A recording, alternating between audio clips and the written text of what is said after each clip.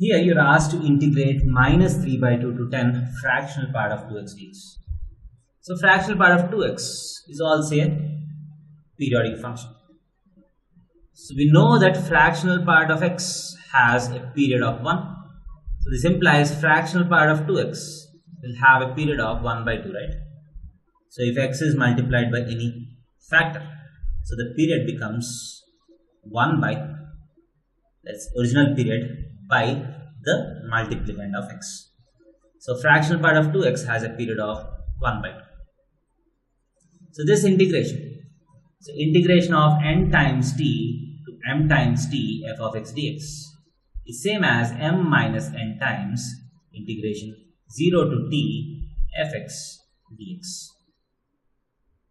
So as you can see, minus 3 by 2 is minus 3 times 1 by 2 and 10 is 20 times 1 by 2.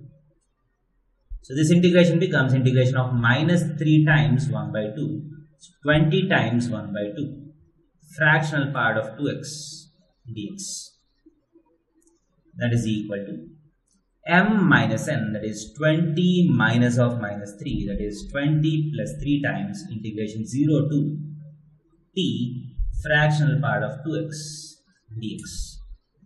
That is equal to 23 times integration 0 to half. When x is going from 0 to half, 2x goes from 0 to 1. So as long as this number is in between 0 to 1, fractional part of 2x is equal to 2x dx. That is equal to 46 times integration of x is x squared by 2 from 0 to half.